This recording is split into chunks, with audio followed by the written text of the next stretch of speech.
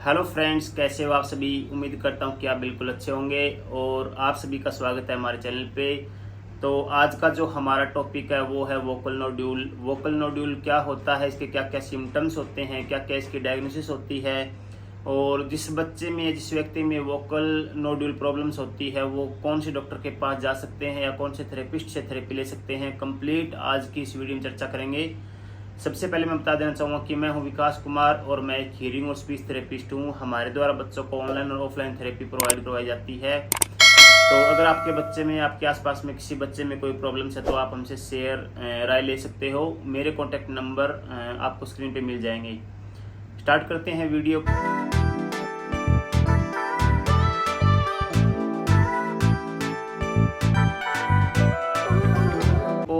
जो vocal nodule क्या होता है, वोकल नोड्यूल जो हमारा एडम एप्पल होता है इसमें वॉइस बॉक्स होता है। वॉइस बॉक्स के अंदर जो वोकल कॉर्ड्स होते हैं, वोकल कॉर्ड जैसे आप शीशे के सामने खड़े होके या फिर मिरर के सामने खड़े होके अपने मुंह में देखना, दो जो आपको लास्ट में दो तारनुमा संरचना दिखाई देगी। जो तारनुमा संरचना होती है उनको वोकल कॉर्ड्स कहते हैं। तो वोकल कॉर्ड के ऊपर छोटे छोटे गांठ नुमा या दाने नुमा संरचना आपको दिखाई देगी। अगर आपके वोकल नोड्यूल्स प्रॉब्लम्स है, वो दाने नुमा संरचना या कोई गांठ नुमा संरचना होती है उसको ही वोकल नोड्यूल कहते हैं।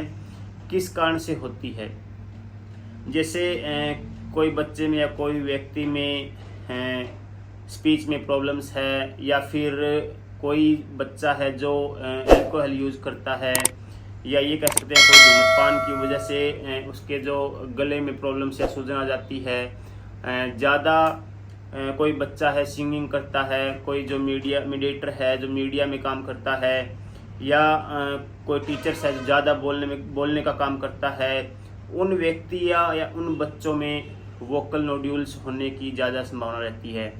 क्योंकि उनका जो स्ट्रेस होता है वोकल कॉर्ड पे पड़ता है ज़्यादा ज़ोर से बोलने से, और ज़्यादा ज़ोर से बोलने से हमारे जो वोकल कॉर्ड के आसपास जो मसल्स होती है उसमें सूजन आ जाती है, जिस कारण से वोकल नोड्यूल होने की संभावना है।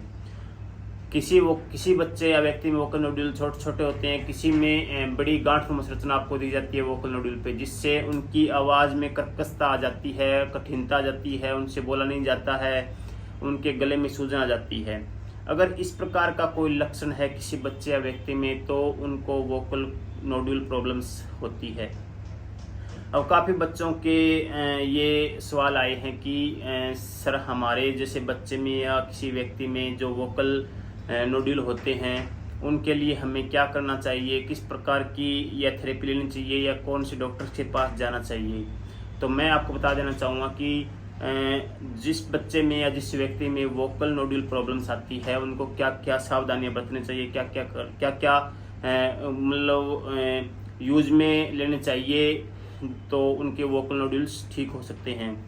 तो सबसे पहले कोई बच्चा, कोई व्यक्ति है, अगर वो ज़्यादा अल्कोहल यूज़ करता है या फिर ज़्यादा एक तरह से कोल्ड ड्रिंक यूज़ करता है या फिर ज़्यादा धूम्रपान यूज़ करता है या कोई ज़्यादा सिंगिंग करता है, ज़्यादा ज़ोर से बोलता है, अगर इस तरह के कोई बच्चा है तो सबसे पहले उनको ये चीज़ें अवॉइड करनी होगी।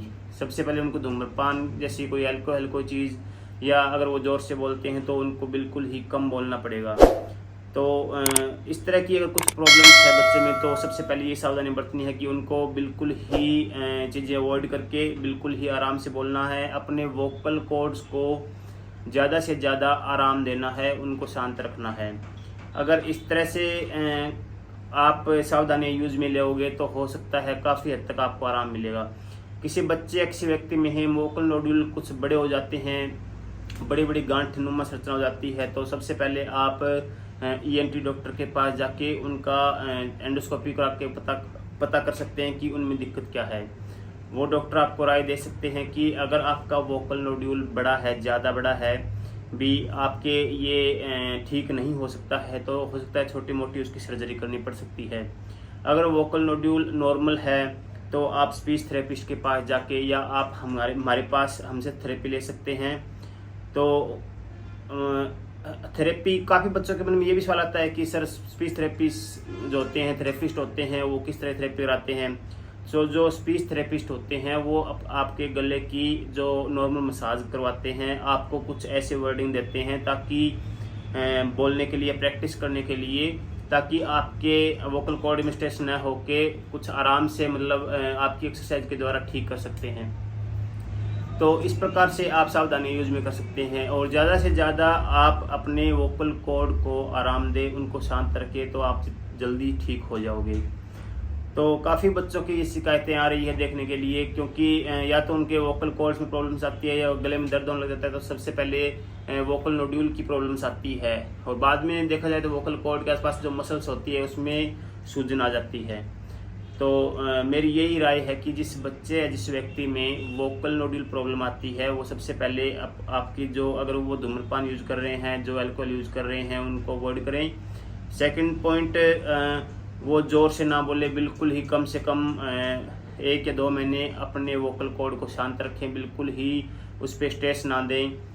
थर्ड पॉइंट मैं ये रखूँगा, अगर आप कोई वीडियो देख के खुद ही घर पे बैठे खुद मसाज कर रहे हैं अपने गले की एडम एप्पल को, यहाँ पे स्ट्रेस दे के आप मसाज कर रहे हो, तो आप बिल्कुल ही ऐसा मत करें, क्योंकि आपकी आवाज़ का मसला है। अगर इस तरह से अगर आप करोगे तो हो सकता है आपकी आवाज़ में प्रॉब्लम्स आ सकती है, हो सकता है आपकी आवाज़ ज़्यादा ख़राब हो सकती है।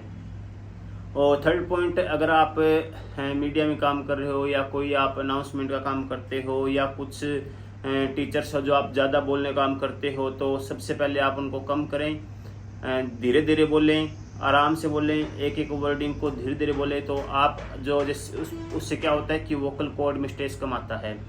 तो ऐसा करने से आपके जो वोकल नोड्यूल है वो ठीक हो सकते हैं।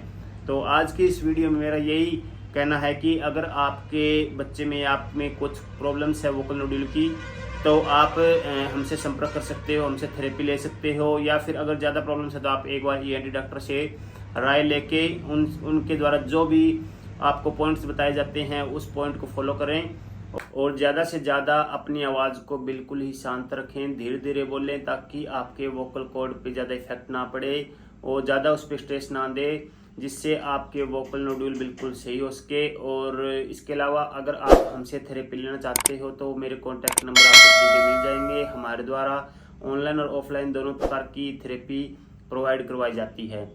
इतना ही मेरा मकसद यही है कि आपको ये वीडियो आप तक पहुंच सके, आपको कुछ जानकारी मिल सके। और वीडियो को कंप्लीट देखने के लिए धन्यवाद।